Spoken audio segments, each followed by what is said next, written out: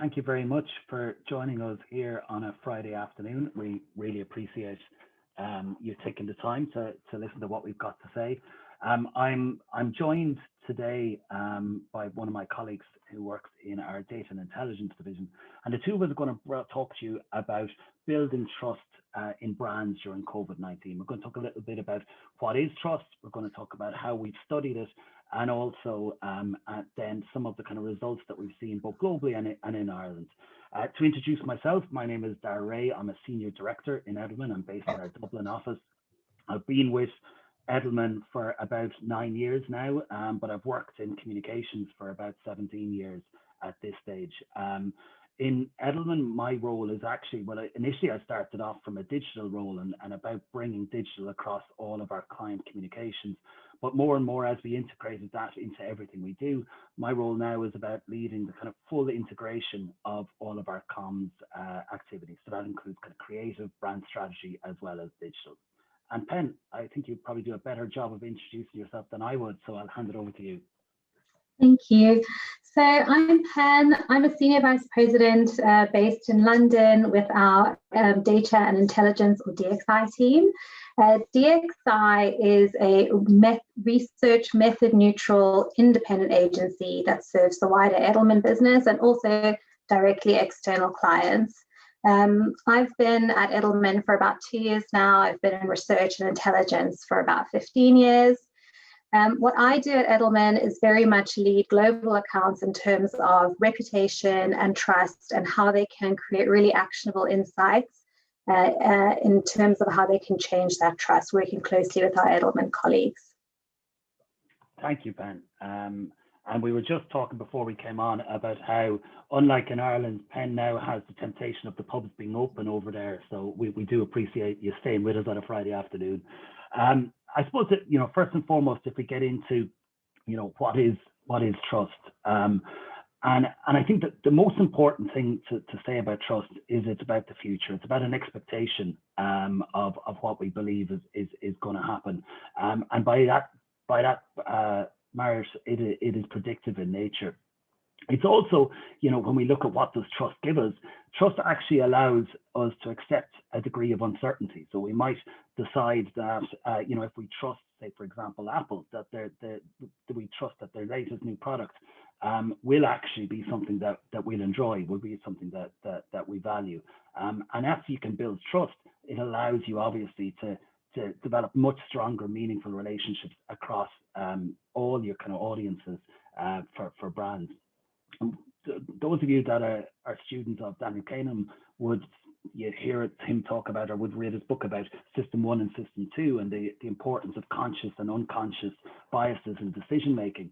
And I think actually, when we look at trust, the really important thing to note about it, it actually is both, it plays across both systems. So it is both rational and an emotional process. So trust is quite a powerful piece that really leads us in terms of decision making.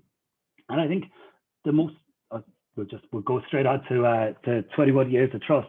So those of you that are familiar with the trust barometer will be aware that we have studied trust for quite a period of time, and we do so across the globe as well as in Ireland.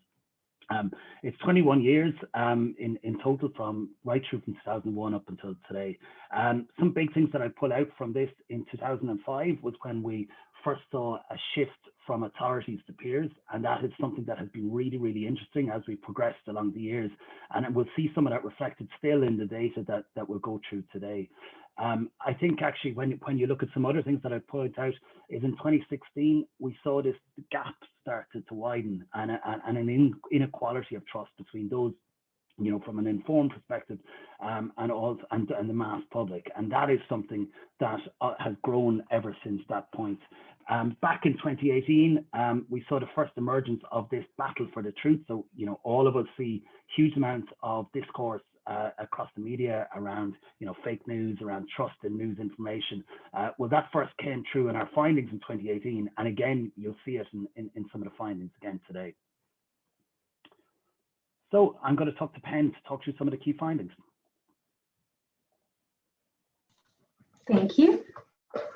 Pandemic puts trust to the test. For sure, the major story of 2020 has been the COVID pandemic. and its associated economic impact. Never has trust in institutions been put more to the test. And as you'll see, some institutions, and particularly governments across various countries, have done better when put to the test versus some others.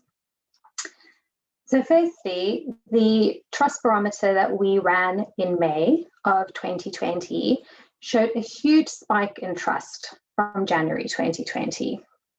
So it was almost like wartime levels. Governments were just putting in all their measures. We're going to our first lockdowns. You know, people had a lot of trust in institutions to really take care of us. We're talking a lot about national healthcare systems, protecting them, and so on.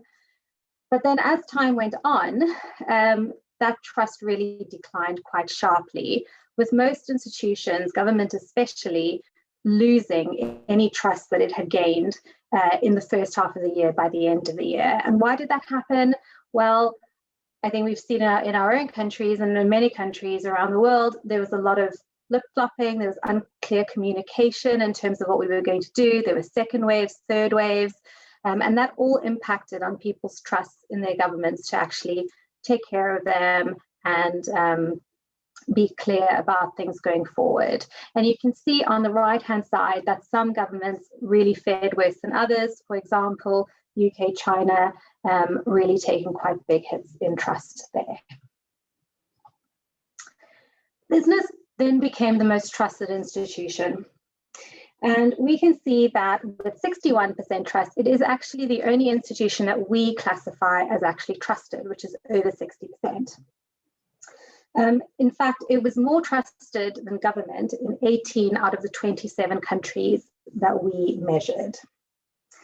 That said, a lot of businesses are under a lot of pressure to perform, particularly sectors like tech, professional services, and fashion have all seen huge dips in their trust year on year. And tech, which is the most trusted industry globally, has actually seen a nearly 9-point drop from 2012 to 2020. I'm going to take some time to just talk through this chart.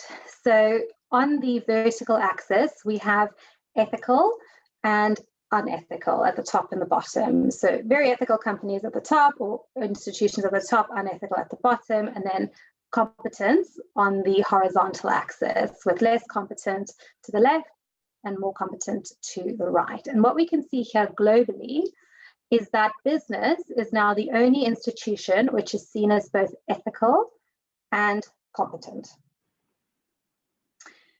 And on the next slide, this is now from you.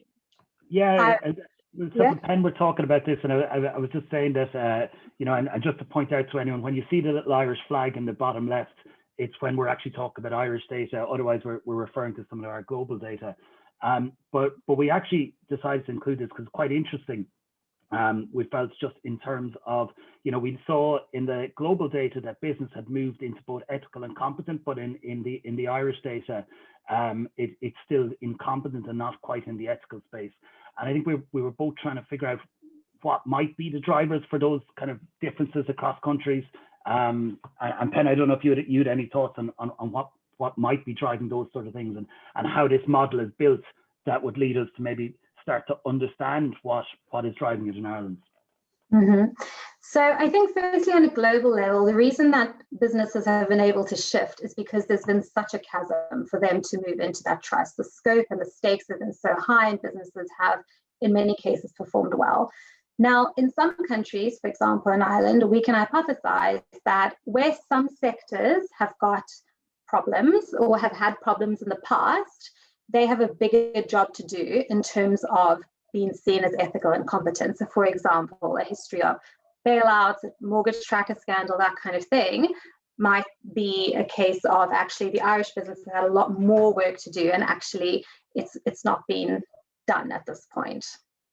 Yeah, it's interesting actually, because I think we still feel, you know, the scars from 2008 and the global financial meltdown and how that actually played from an Irish perspective, and the bailout of the banks and that side of things, that probably still paid into some of this, which is definitely something that I think is worth unpicking. I also think potentially from an Irish perspective, we're looking at probably a different cultural view in terms of what's ethical and what's not, and that kind of maybe a cultural concern or a cultural feeling from that not wanting to rate people as being too ethical. But it is always interesting to unpick the kind of results in it.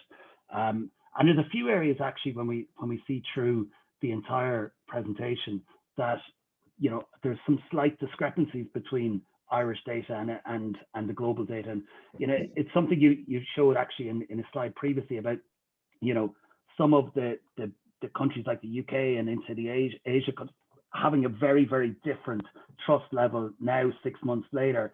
And you wonder, is that a factor of the stage of the kind of pandemic or the stage of the crisis that they're in, and will that start to flow into places like Ireland in due course?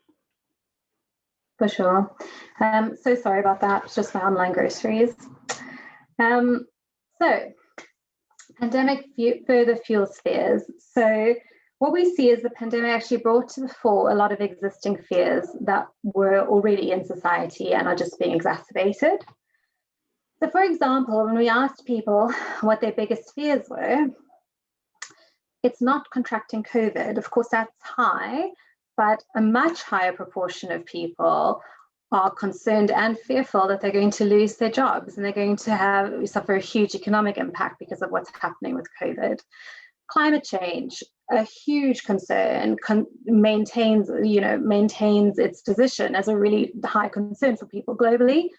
And then also we see that people are worried about personal freedom. That's a big increase because we've had mandatory lockdowns, not leaving the house. So people are concerned about all of these things, and COVID is just exacerbating them. Another issue that people are really worried about is the effect of COVID on inequalities. As an economic impact affects every nation that's suffering from COVID, and globally, people are worried that poor people are going to get poorer and so on. We see like the burden on the health services, we see problems with education, and we just see that these inequalities are probably going to get worse for the next few years as a result of the pandemic. And this was already a problem that we were seeing getting worse, but now it's just being exacerbated.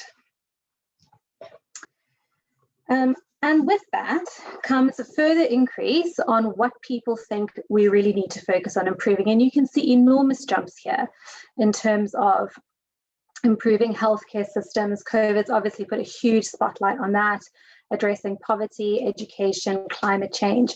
You can see that people see that COVID has put a spotlight on foundational issues that need to be worked on and prioritized.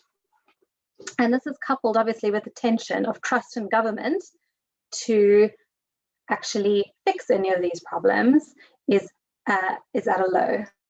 So that's also why we see businesses, which we'll talk a little bit more about, being able to step in and maybe support on some of those things.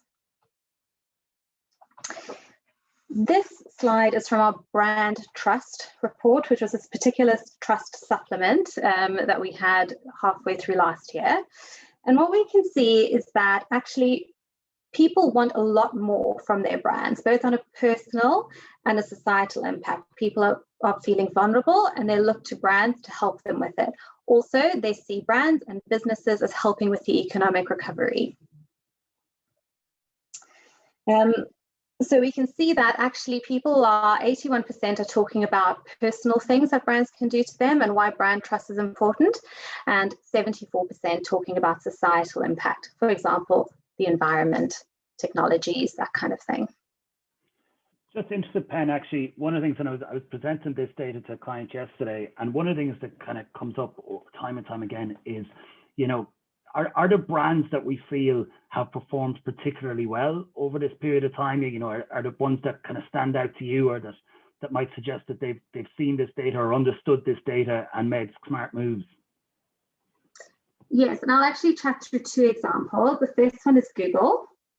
Google has been really active in terms of fighting misinformation around the pandemic and working with a range of partners, for example, the WHO.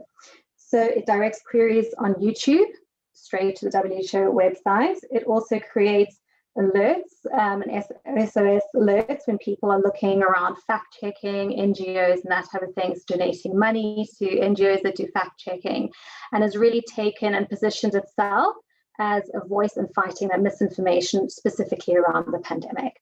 And the second one I would talk about is Moderna.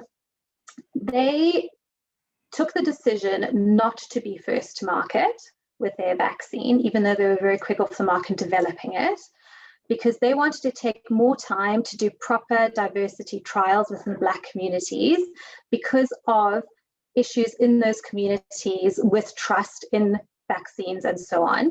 So they gave up the first mover advantage to rather do the right thing and actually build trust within those communities before they went to market. And they've seen an enormous amount of trust and goodwill because of that decision, even though they lost the economic first mover advantage. Yeah, well, to be fair, like looking at the volatility in the vaccine conversation, like in hindsight, it's quite a smart move to kind of, you know, potentially held back and not be rushed into certain situations. And like it always feels to me that and you see this quite often, particularly, you know, when brands and businesses are in that kind of crisis point, that, you know, that some of them probably need to kind of pause for air and kind of have a look back at, you know, what is causing some of the kind of reputational issues that they're facing, and then how can they start to address them. But often, as we all know, when you're in the middle of that crisis, it feels like you don't have that time to properly understand it. But I think those that do tend to come out of it a hell of a lot better. Yes, and I think when trust is used as a guiding light for companies and for brands, it often gives that perspective. When you know what you're working towards and that's the thing you're working towards, then it can help those decisions, even in a crisis, be more measured and strategic. So coupled with this lack of trust in institutions, it goes right to the top. People are struggling to trust in our leaders as well, whether that be government leaders or CEOs. So what we can see here is societal trust in leaders, and I think Darragh pointed it out, where there was a point a few years ago where it flipped between people trusting authorities to people trusting people like me. And we see that that is exacerbated again in the pandemic, where trust in government leaders, religious leaders, journalists, CEOs is down. And even though trust in people, local community, and that type of thing is down as well, it is still significantly higher. So people still trust their own employer, CEO, people around them more than they trust the authorities. And this trust actually runs so deep that a majority of people globally feel that governments are purposefully trying to mislead them. They believe that they're being lied to effectively, and that extends to business leaders as well. So we can see here that there is a real crisis of trust in leadership. And again, spokespeople are also losing credibility, and you can see that CEOs, you know, all-time lows in countries like India, Brazil, China, or the developing world. And you can see that this is just really across everyone, even across experts, academics, and so on. It's interesting actually, because I think you know, we've looked at some of the Irish data on this as well, and at different moments in time, there has been, you know, greater levels of trust, particularly in kind of science and the kind of health authorities, but that has waned significantly as the crisis have evolved around it. And I think instinctively you actually feel that. I think we all see it in the news and the news discourse. One of the things that does jump out to me here, though, is we're talking about businesses being trusted, but CEOs not being trusted. You know, how can we square those? Yeah, so business is an institution. On an institutional level, there is trust, but when it comes to being pinpointed to one individual, that trust declines. So it's CEOs really do have to work hard to overcome these perceptions and demonstrate that they, their company, their brands are part of that ethical competent structure of business, that they can be trusted. They are going to, work with governments, work with people to aid in economic recovery and be trusted. It's interesting as well, like, certainly in the Irish media, you can see it kind of comes up every kind of couple of months or so. You can see also quite a lot of discussion around pay and CEOs' pay, and certainly, when you get into the higher levels of kind of salary brackets, there seems to be a very different expectation of what CEOs should be delivering. And I wonder, does that play into it in some cases? Potentially, as well as taking up accountability. The CEO is the mouthpiece ultimately for the brand and the company.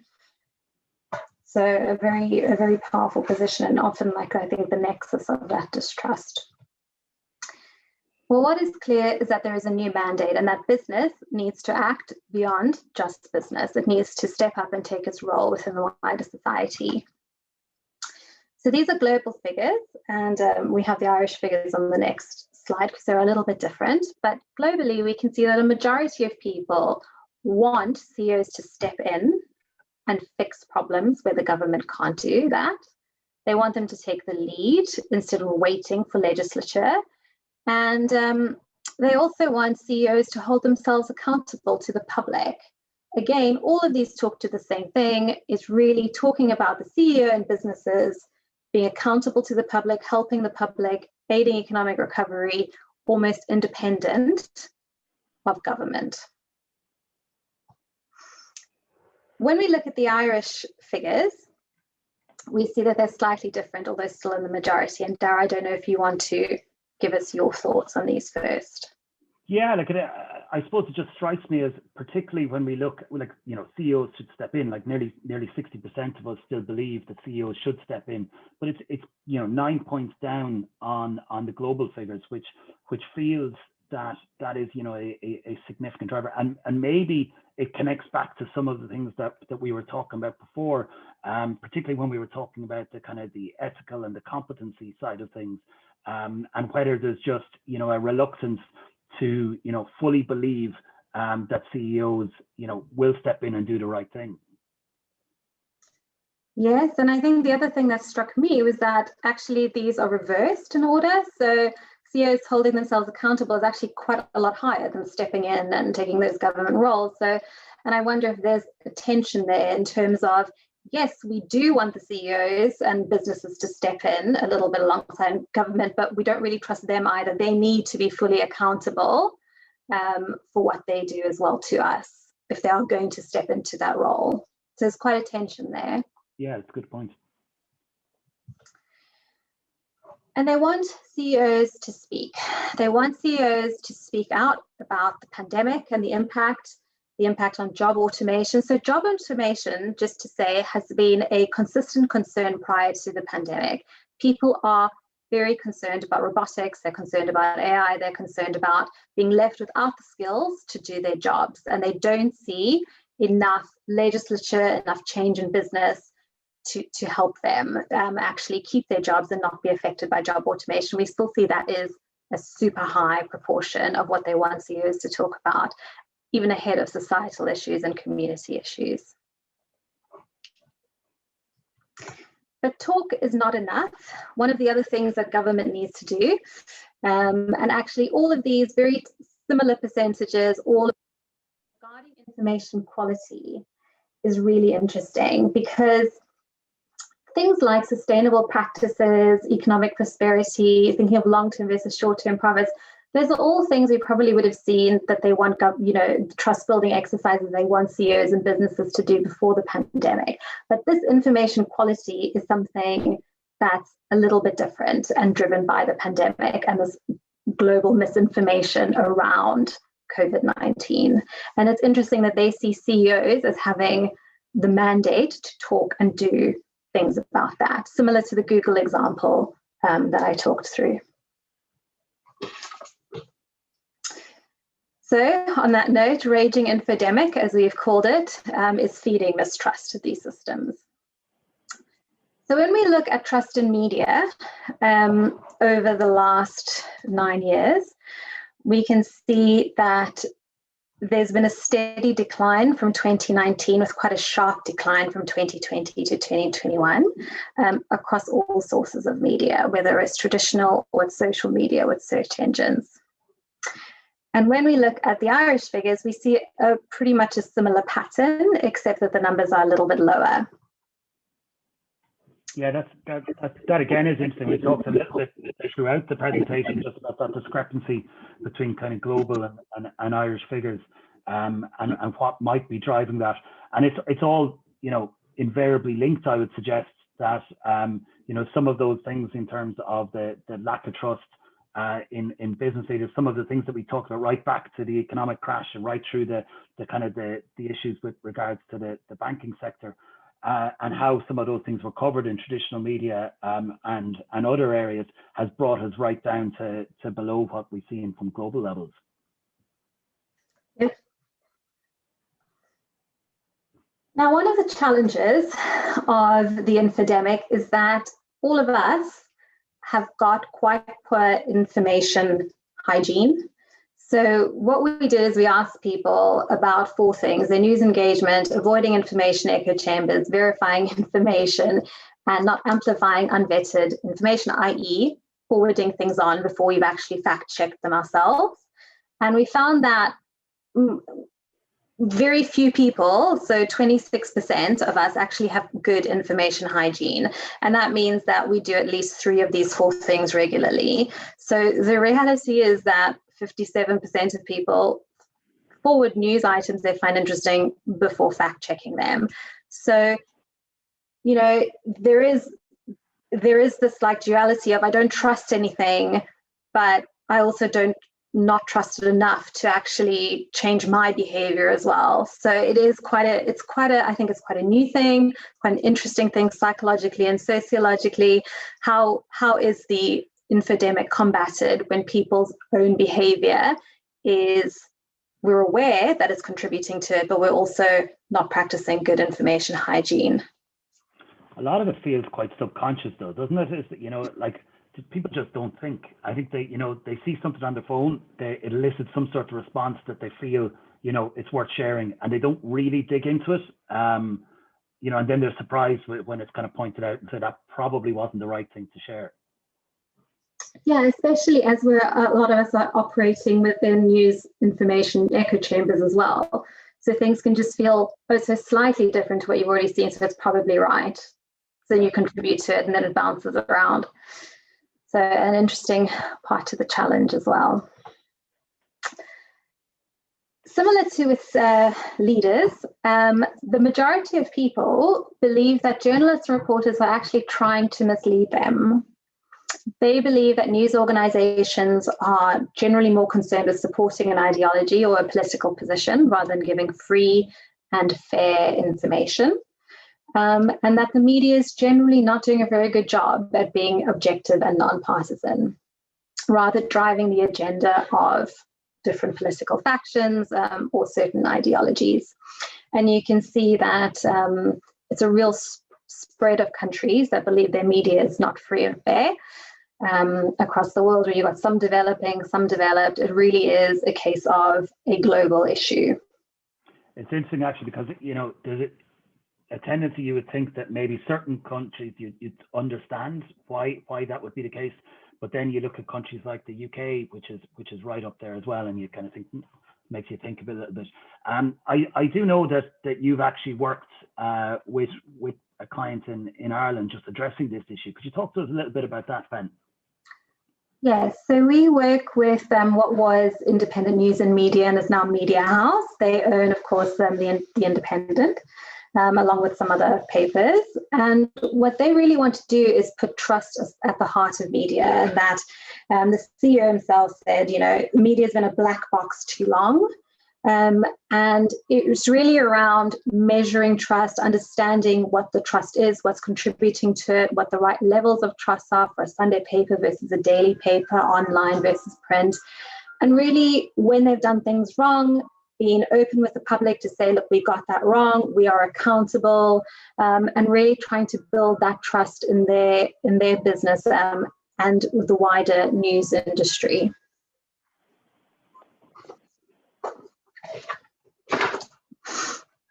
So what's next for business? Darragh? Yeah, so I suppose, the question that I always get asked is, okay, so that's very interesting trust data, but what do we do? And I think some of the things that we've certainly been talking to people about, not just this year, but for the last kind of 12 months and beyond, is first of all, there's a real yearning for business to take a stronger role in solving both the societal and the personal challenges that we face. So, I think CEOs and businesses need to take that on board, and they need to actually embrace it and start to make moves in kind of positive direction. I think we've talked a little bit about the infodemic and how hard it is to kind of find trustworthy sources of information. I think businesses and CEOs need to be really, really careful in terms of how they communicate. So obviously they need to think about how they lead with facts. They need to be transparent in their communications, but they also need to realize that it's humans that we're dealing with, and the reality is that a little bit of empathy goes a hell of a long way in terms of how we actually connect with them.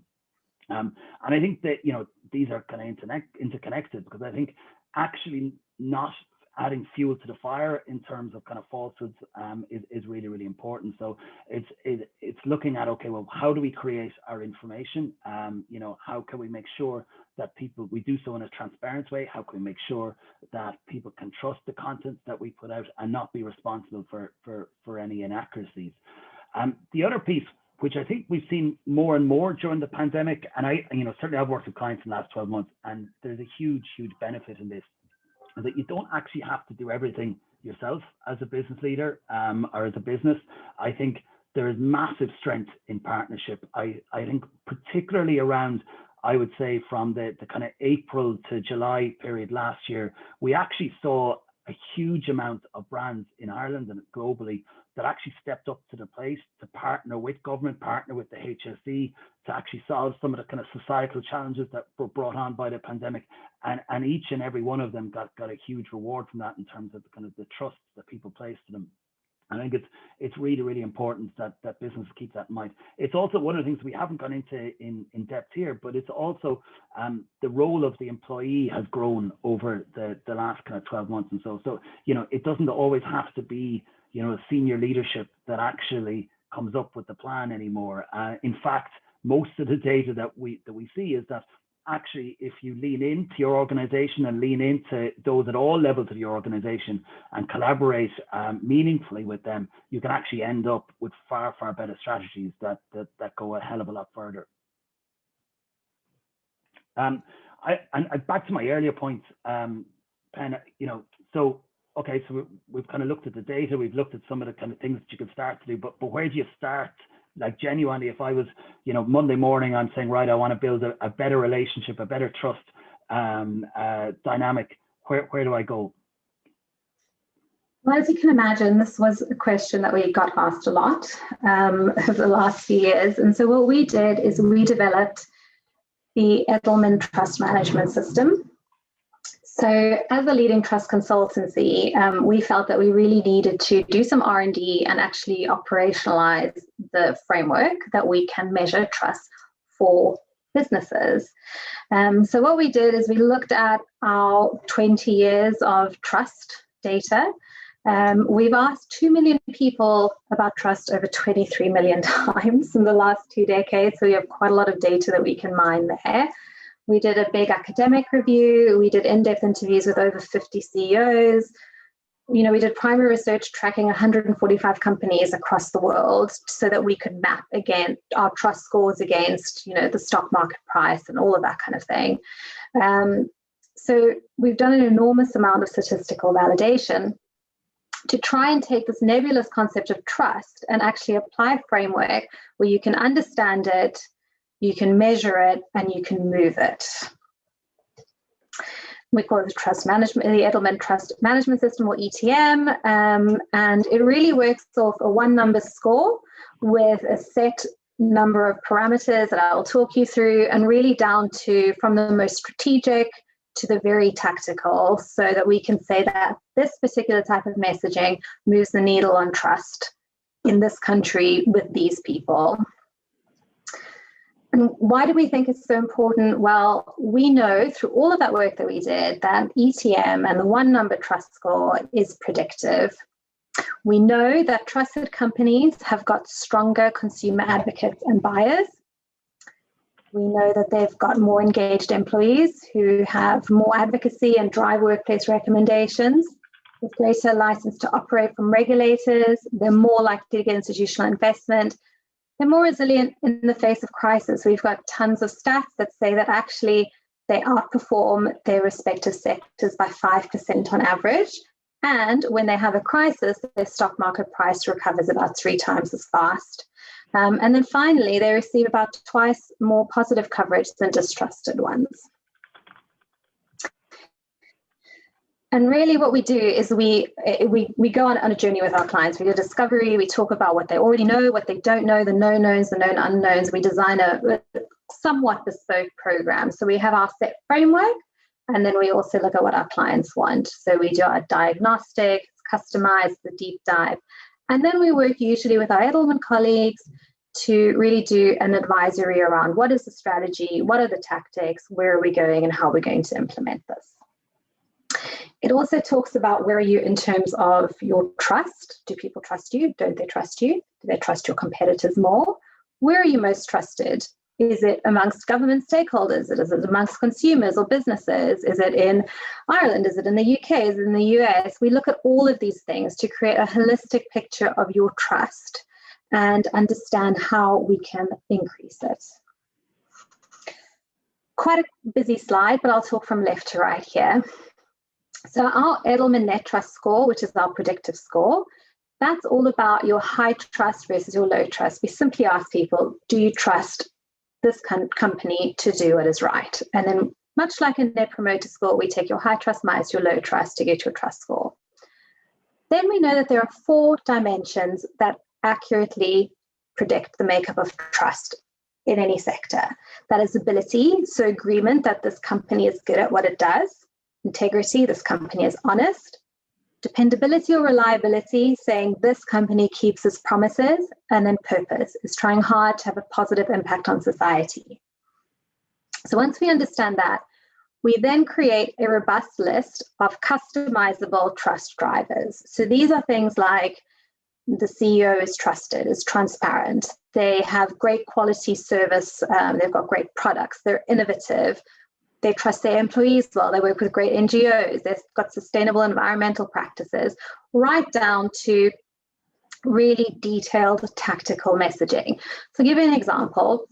We run a tracker for ETM with a German retailer in Greece, and they are a budget retailer, but they really want to be trusted. They really want to grow their market share beyond just being a value supplier.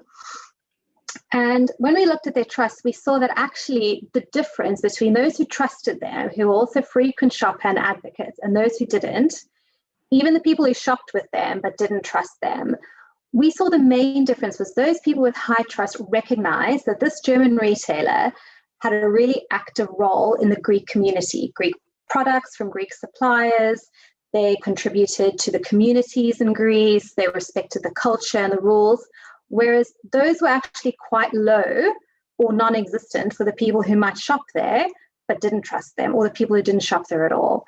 And we could see that by shifting the narrative, which was very focused on healthy diets or the environment, into really focusing primarily on this Greekness and the support of Greece as a German retailer, we saw that that trust score almost doubled within 6 months by tailoring the messaging. So that's one example of really specific tactical messaging that can really shift trust when you understand it amongst your different audiences. And trust is really about 4 core dimensions, and that's ability, as I said, that's being competent. So this is your axis, essentially, that we were talking about, being competent and ethical. But your ethical drivers, which are your integrity, your dependability, and your purpose, they make up 75%. So actually what you do, the products you have, is actually quite small in terms of your trust, but your ethics and how you do that, what you stand for, are actually 3 times more important to a company in general in most sectors in terms of building trust.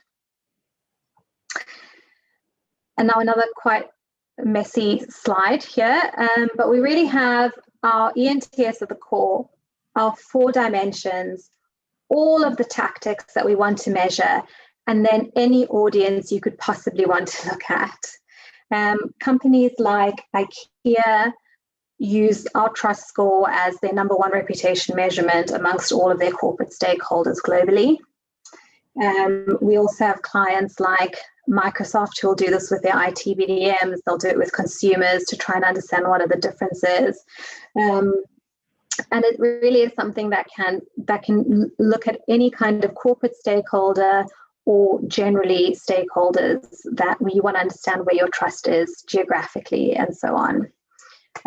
Really powerful tool with a lot of different use cases. So we use it, business repositioning or purpose strategy. That's a huge, huge thing for us because when we do a brand transition or a rebrand, we want to understand what the trust is and where it's strong and what's contributing to that, so that when we rebuild the brand, we don't lose any of that trust. We know where the important parts of that brand are, the important audiences that we can maintain and build on when we then carry on measuring trust forward. M&A strategy, competition, geopolitical and regulatory change management. We know that regulators, like trust is really important, and we can get access to those people, talk to them. It's just got a ton of different use cases that we deploy with various clients around the world. Great, Pen. Thanks for bringing us through that. And as we start to, I suppose, diagnosing how our trust scores are and diagnosing what's driving our trust is a kind of, a really key way to kick off a conversation to figure out how do we start build trust. I'm conscious of time, and I'm conscious that there's kind of quite a few questions in. So we might take a few of them if you don't mind, and kind of get into those before we wrap up.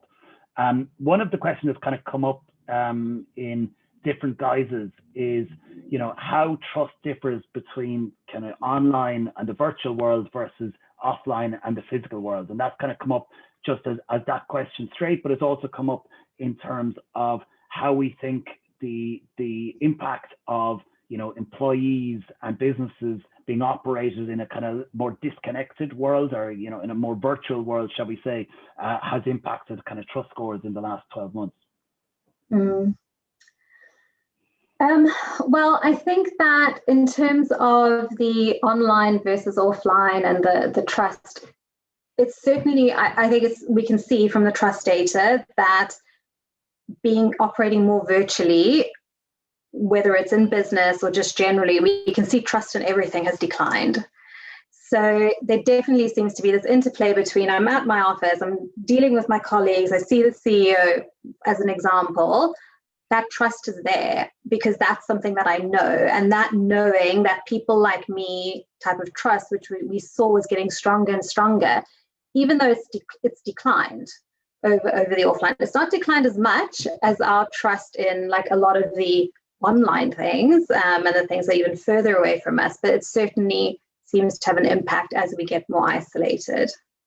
It's interesting as well, actually, because I had this conversation yesterday with a client who's in the kind of alcohol industry, and our kind of specific dive on the food and beverage side of things had actually shown that, there was a significant drop in, brewing and spirits. And we were kind of trying to figure out why had that been. And one of the things was that, to be honest, most of those businesses have been kind of, shut in Ireland and around the world for the last 12 months. So there's that distance that has grown between them. And if we go back to, what we've seen in kind of the 21 years of looking at trust, we do see this move, certainly in the last 10 years, very much to this trust in what's familiar to me, what's local to me. And as you kind of move a little bit further away, there's kind of a lack of trust starts to creep in.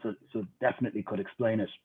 Yeah, and also sad on beverages and alcoholic beverages. I do a lot of work for Heineken and Edelman, and that's, that industry has really taken a huge knock in terms of trust, because not only have, in a lot of major markets, there have been bans on alcohol, but there's also been an increased scrutiny of the reasons for those bans for alcohol and alcohol's role in domestic violence and emergency services and all of that. So it's had that double knock-on effect. Yeah, absolutely. And yeah, one of the things we would have talked about was, it certainly doesn't help when your product or where your product is consumed, most is seen as a high risk space, for the last 12 months, and so high risk that actually, people aren't even willing to open up the industry. But I think there's a question in terms of, I think we all hope 12 months into it that there's light at the end of the tunnel, and that, when we're 12 months later, when we're looking at trust for next year, that there will be a degree of normality. What do we believe of the shifts that we've seen will stay in play, and what will be left behind? Do we think we'll just return to the kind of the normal trust trajectory that was there before COVID, or will it have a lasting impact? So I think the reality was that trust trajectory was already going down. So it's likely that it's probably, I wonder if as we all come out of lockdown and the economy starts to bounce back immediately afterwards, whether there'll be that same trust increase that we saw in May, like that same increase, and then as actually some of the long-term issues hit us, the economic impact, whether that declines again. So my hypothesis is that there'll be a little bounce in trust, but then we'll carry on with our declining trajectory. And most of those major societal issues that have maybe been a little bit on the back burner will come into play. So, in Ireland, it's been around housing. February last year, as we went into a general election, it was all about the lack of housing. It's creeping a little bit in now, but it's kind of taken a sideline. A couple of other questions. One from Emma. How you doing, Emma? I know Emma very well. What questions can we ask customers to understand why they trust us more than competitors?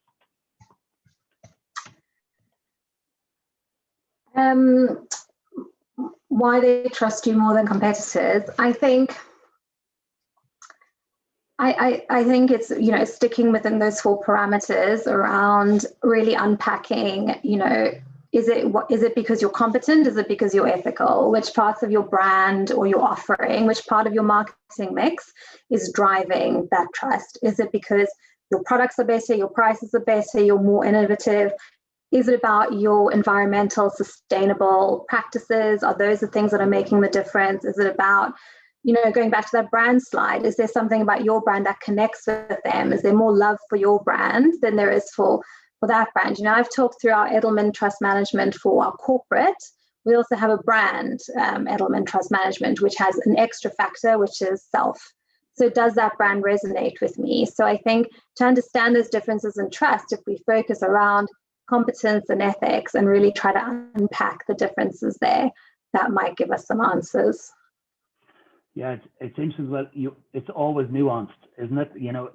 The reality of it is across these different drivers, you rarely find one simple answer. And to be honest with you, if there was one simple answer, you'd probably know it already, because it would need to be that big. So it's kind of exploring them all in as much detail as you can, and then comparing that to your competitors. Another question from Sarah. We talked a little bit about partnership and the need to work together. Is there anything in the trust data that would be useful from an NGO's perspective? Because actually, if you look at NGOs' trust, it's actually quite low. But how businesses could realize that opportunity to partner more and maybe kind of step in to help solve some of the challenges in those sectors. Yes, in the full trust supplement, there'll be a lot of unpacking all about the NGOs. But I think in the first instance, it's, looking at those examples of, why Google works so well in terms of their disinformation drive. Why it really works for them is not just because it is exactly in line with what they do. It makes sense in terms of the NGOs they're partnering with. So it all aligns to that brand. It all aligns to building trust in that brand in a way that people expect. So I think that finding that match between what the brand, or for lack of a better word, of the NGO with your brand is probably like the best place to start in terms of that.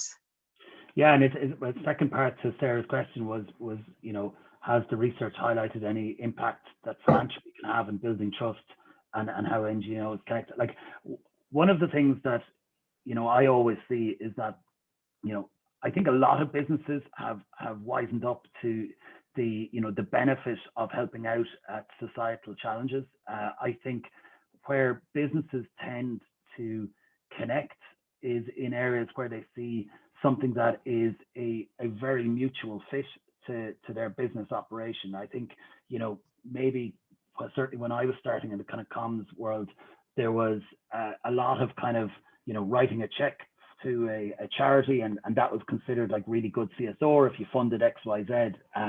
I think probably more and more businesses, particularly when you see like the trust data that is encouraging them to become part of the solution, businesses want to find partnerships that is quite core to how their business operates and that they can solve issues that are closer to home. So I think for any NGO out there that's looking for partnerships or is looking for connection or with business, I think it's important to try and look for the ones that feel like their core business could have a deep connection with it. One of the examples, one of my US clients is a water technology company, and one of the big things that they do is they have a kind of foundation which they call Xylem Watermark, but it actually looks at water access across the entire world. So their kind of CSR, for want of a better term, is actually about bringing their water technology to people that need it most. So helping like the UNICEF, helping people like AmeriCares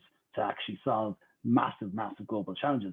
But it is core to what they do normally, so it makes sense that Xylem would step in there. And I think trying to find those opportunities is really, really important. Loads more questions here, just go through. Do you think remote work and reduced visibility has impacted trust? We covered that a little bit on the online versus offline. Could you tell us a little bit more about trust in public health institutions? Specifically, how can these organizations combat fake news surrounding public health, which essentially undermines their educational efforts? So trust in public health institutions and pharma companies as well, which I know is slightly different, but that has actually seen a huge increase in trust, which we didn't really go into here. We didn't do a lot of sector specific, but they are an industry that has won a lot of love and trust over the course of the pandemic, probably understandably. But in terms of combating online fake news, I talked to the Google example. I think in actually combating that misinformation, I think it's useful to partner with those kind of organizations if they can. But otherwise, it's just those kind of organizations are already not suffering as much as traditional media are. So when we looked in depth at the trust, which is data we didn't show here, it was actually those institutions that were seen as the most trusted experts in terms of getting information about the pandemic already. So while they also are impacted by the infodemic, they're actually holding their own for the answer. It's not as much of a struggle for them as it is for other institutions at the moment.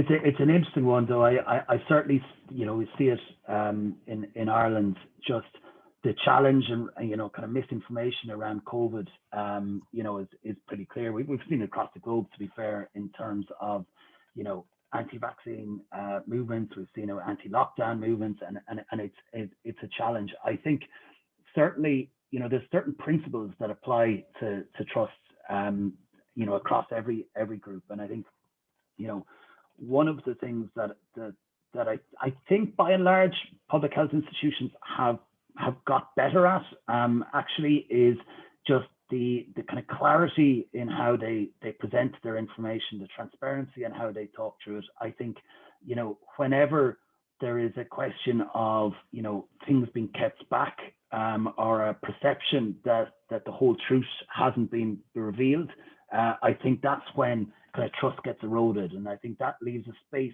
for people to kind of fill with, unsubstantiated kind of facts. So I think, communicating frequently, communicating, with openness and transparency is certainly something that can help combat that. The other thing I think is, it's not always the right thing to go into the kind of direct conversations against all of these different theories across anything. So, there's a reality of, studying where you sit, studying what the people that matter, the public at large think about you and think about your information, and making your decisions based on that, rather than making your decisions based on, any one cohort alone. And that actually can be quite difficult in any conversation for business as well as any kind of health institutions, because the reality is that quite often, the fake news or the most critical side of things is the one that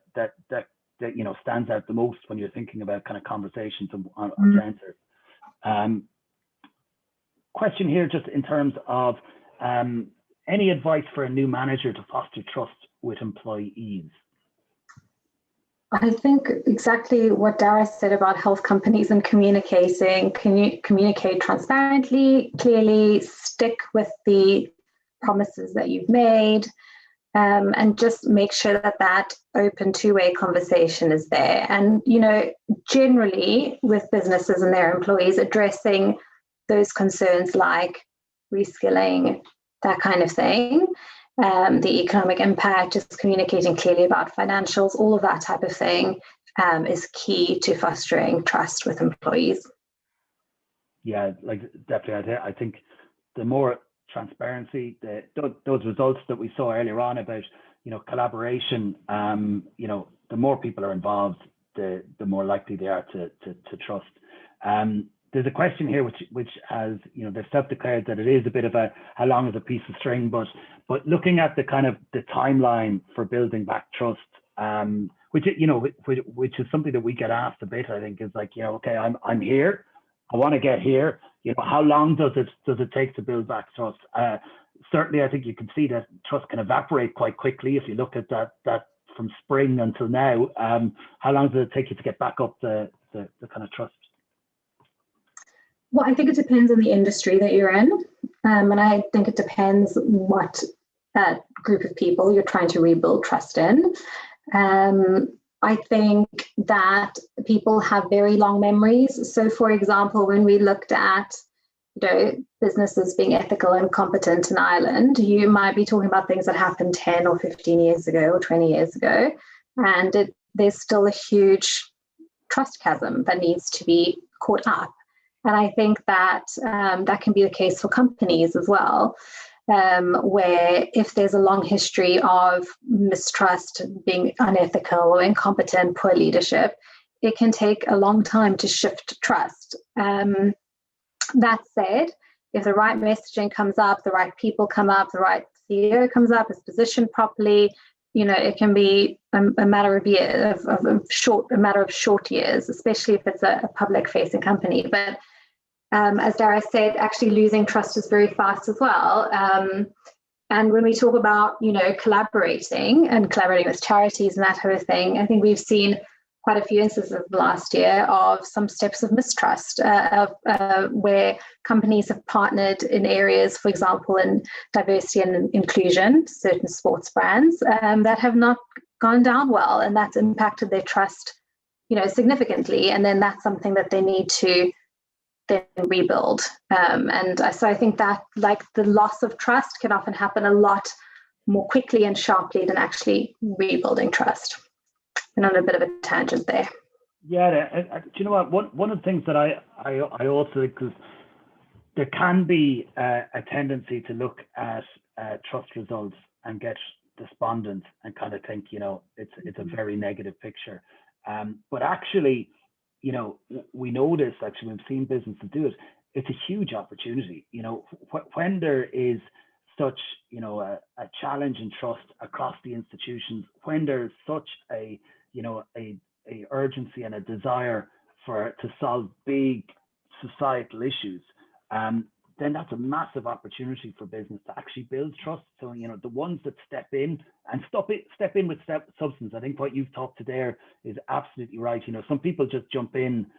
Some companies have jumped in without probably having the substance behind what they do. I think if you go in with substance to try and solve some of these big societal issues that people are genuinely worried about, well, then actually it's a massive opportunity to build trust, probably quicker than it would if people weren't worried at all. And I think that's certainly a message that I think, trust, yes, it's low and it's on a kind of a trend that we wouldn't like to see, but it does present massive opportunities. And I think you see that right across. I think you definitely see it in D&I. I think that, businesses that have really properly lived that inclusivity spirit of it have benefited. I think when we talk about sustainability, I think businesses that have genuinely, I think like IKEA is a great example.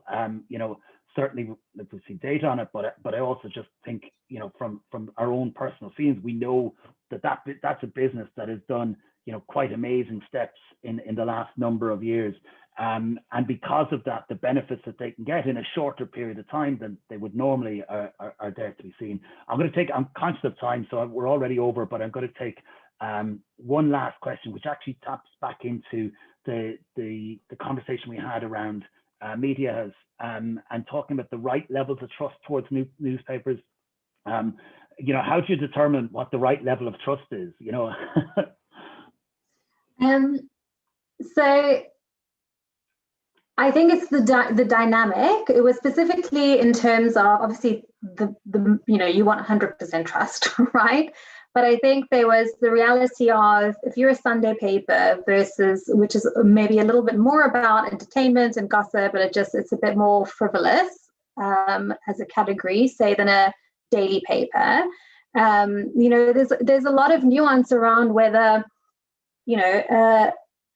an entertainment paper is going to realistically have the same level of trust as a daily paper because of the nature of the content. So that's an example of an industry where there is nuance around managing the trust, because obviously you want your entertainment paper to be the most trusted entertainment paper. You want it to be trusted, but is it realistic to think it's going to be as trusted as your daily paper, which has got hard-hitting, non-partisan facts? So that's why maybe right level of trust wasn't the right thing. And when I said it, I thought, I don't know if that's quite the right way of putting it, but it's just to talk about the nuance for every industry. Is a value brand ever going to be as trusted as a premium brand? Then in some markets, yes. In some markets where there's a cultural perception that value is bad, cheaper is bad, and expensive is better, then is that the right thing is that ever going to be the same? Like if you're looking at a global brand in different markets, all of these things, all these nuances are really important to take into consideration when you're really trying to measure and move and understand trust. Yeah, it's something actually, like I work a lot in brand and brand strategy, and it's something that we talk a lot about is finding the right role for your brand. And also, when we turn to talk about trust, obviously everything is relative. There's some brands that actually their job is to entertain us. It genuinely, they're not about, like we talk a lot, and even in the presentation today, we talk a lot about solving big societal needs, but there's also kind of solving, personal needs. So, give me that moment, like Netflix later on tonight for most people, give me that moment of just escapism, enjoyment, entertainment. And that's what I tend to look at them on. Whereas there are brands, there are businesses and organizations that we do feel they need to do more on the big ticket societal items. So it's all relative. I think there's no right level of trust. There can be wrong levels of trust, I would suggest. But yeah, look, I'm conscious we've gone over, and thank you so much, and thanks to everyone for joining us on a Friday afternoon to talk about trust. If you want any of the data that we presented today, and also the Irish specific results, you can just go to edelman.ie and everything is available there. So thank you all and have a good weekend. Thank you.